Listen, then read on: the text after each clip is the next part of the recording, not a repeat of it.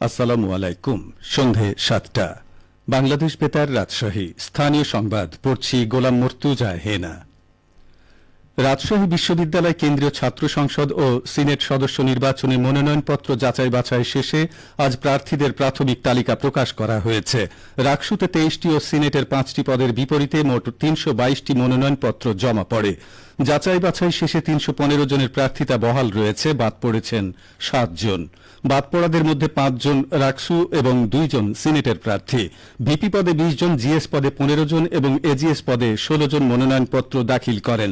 যাচাই বাছাই শেষে ভিপি পদে ১৯ জন, জিএস পদে ১৪ এবং এজিএস পদে ১৬ জনের প্রার্থিতা বহাল রয়েছে। আগামী ১৪ই সেপ্টেম্বর প্রার্থীদের চূড়ান্ত তালিকা প্রকাশ করা হবে এবং ২৫শে সেপ্টেম্বর ভোট গ্রহণ অনুষ্ঠিত হবে। ছাত্রদল, ছাত্র শিবির সহ বাম দলগুলো পৃথক প্যানেল ঘোষণা করেছে।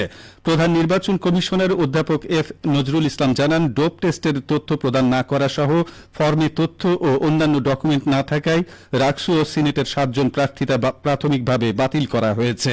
তবে যাদের প্রার্থিতা বাতিল করা হয়েছে শর্ত পূরণ করতে পারলে তারা প্রার্থিতা ফিরে পাবেন। চাঁপাইনবাবগঞ্জ জেলার শিবগঞ্জে বিএনপির উদ্যোগে বন্যা কবলিত মানুষের মাঝে ত্রাণ সামগ্রী বিতরণ করা হয়েছে। আজ উপজেলার দুর্লভপুর ইউনিয়ন তীরবর্তী নামু জগন্নাথপুরে বন্যা কবলিত ৭০০ পরিবারের মধ্যে এসব ত্রাণ সামগ্রী বিতরণ করা হয়। ত্রাণ সামগ্রীর মধ্যে ছিল চাল, চিনি, ডাল, চিড়া, আলু ও তেল। ত্রাণ বিতরণ অনুষ্ঠানে প্রধান অতিথি ছিলেন বিএনপির চেয়ারপারসনের উপদেষ্টা সাবেক এমপি বীর মুক্তিযোদ্ধা আলহাজ অধ্যাপক মোহাম্মদ শাহজাহান মিয়া। এ সময় তিনি বলেন, বিএনপি সবসময় দেশের দুর্যোগে মানুষের পাশে ছিল এবং ভবিষ্যতেও থাকবে। পদ্মা নদীর ভাঙন রোধে স্থায়ী বাঁধ নির্মাণ করা হলে এই অঞ্চলের মানুষকে বারবার ভাঙনের কবলে পড়তে হতো না। তাই আগামীতে বিএনপি ক্ষমতায় এলে পদ্মা নদীর ভাঙন রোধে স্থায়ী বাঁধ নির্মাণ করা হবে। এ সময় উপস্থিত ছিলেন শিবগঞ্জ উপজেলা বিএনপির আহ্বায়ক আলহাজ মোহাম্মদ আশরাফুল হক, সদস্য সচিব মোহাম্মদ তসিকুল আলম সহ উপজেলা ও ইউনিয়ন বিএনপি ও অঙ্গ সংগঠনের নেতৃবৃন্দ। পর্যায়ক্রমে উপজেলার বিভিন্ন ইউনিয়নে এই ত্রাণ বিতরণ কার্যক্রম পরিচালনা করা হবে বলে জানান সংশ্লিষ্টরা। নওগাঁয় তারুণ্যের শক্তিকে উজ্জীবিত করে তরুণ উদ্যোক্তা সৃষ্টি ও নতুন বাংলাদেশ গড়ার লক্ষ্যে ১ সেপ্টেম্বর থেকে ১৫ সেপ্টেম্বর পর্যন্ত গ্রাহক সেবা পক্ষ উপলক্ষে আলোচনা সভা অনুষ্ঠিত হয়েছে। আজ সোনালী ব্যাংক পিএলসি নওগাঁ শাখার আয়োজনে অনুষ্ঠিত শাখার এজিএম ও শাখা প্রধান মোহাম্মদ আব্দুর রাজ্জাক প্রামাণিকের সভাপতিত্বে প্রধান অতিথি হিসেবে বক্তব্য রাখেন সোনালী ব্যাংক পিএলসি রাজশাহীর general manager in charge Mohammad Shawkat Zaman. সভায় শহরের বিভিন্ন শিক্ষা প্রতিষ্ঠানের প্রধানগণ, ৫০ জন শিক্ষার্থী ও ২০ জন তরুণ উদ্যোক্তা অংশগ্রহণ করেন। এ সময় তরুণদের আর্থিক বিষয়ে সচেতনতা সৃষ্টির লক্ষ্যে একটি প্রামাণ্যচিত্র প্রদর্শন করা হয়। সভায় তরুণরা তাদের মতামত তুলে ধরেন। পবিত্র ঈদে মিলাদুন্নবী সাল্লাল্লাহু আলাইহি ওয়াসাল্লাম উদযাপন উপলক্ষে নাটোর জেলায় ইসলামী সাংস্কৃতিক প্রতিযোগিতা অনুষ্ঠিত হয়েছে।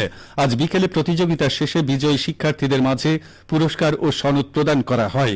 ইসলামিক ফাউন্ডেশন নাটোর জেলা কার্যালয়ে আয়োজিত পুরস্কার প্রদান অনুষ্ঠানে সভাপতিত্ব করেন ইসলামিক ফাউন্ডেশনের উপপরিচালক মোহাম্মদ রিয়াজুল ইসলাম।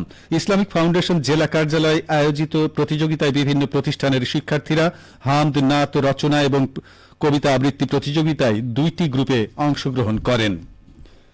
সিরাজগঞ্জের কাজীপুরেও লক্ষ্যমাত্রা ছাড়িয়েছে আমন ধান আবাদ। কৃষকেরা এখন ব্যস্ত সময় কাটাচ্ছেন আমন ধানের পরিচর্যায়। উপজেলা কৃষি অফিস সূত্রে জানা যায়, চলতি আমন মৌসুমে উপজেলায় আমন ধান আবাদের লক্ষ্যমাত্রা ছিল ১০,৯০০ হেক্টর জমিতে। সেখানে আবাদ হয়েছে ১১,০০০ হেক্টর জমিতে, যা লক্ষ্যমাত্রার চেয়েও বেশি। এবার ভালো ফলনের আশায় কৃষকেরা স্থানীয় জাতের পাশাপাশি উচ্চ ফলনশীল ও হাইব্রিড জাতের আমন ধান চাষ করা হয়েছে। জমিতে আগাছা পরিষ্কার সার দেওয়া হচ্ছে কৃষি অফিসের পরামর্শ অনুযায়ী। কাজীপুর উপজেলা কৃষি কর্মকর্তা কৃষিবিদ শরীফুল ইসলাম বলেন, আমন আবাদ বাড়াতে কৃষকদের নানাভাবে পরামর্শ দেওয়া হয়েছে। কৃষি প্রণোদনা কর্মসূচির আওতায় বিনামূল্যে প্রদান করা হয়েছে সার ও ধান বীজ। এছাড়াও ফলন বাড়াতে কৃষকদের নানাভাবে সহায়তা করা হচ্ছে। সবশেষে আবহাওয়া। আজ রাজশাহীতে সর্বোচ্চ তাপমাত্রা ছিল ৩৫.৭ ডিগ্রি এবং সর্বনিম্ন ২৭ ডিগ্রি সেলসিয়াস।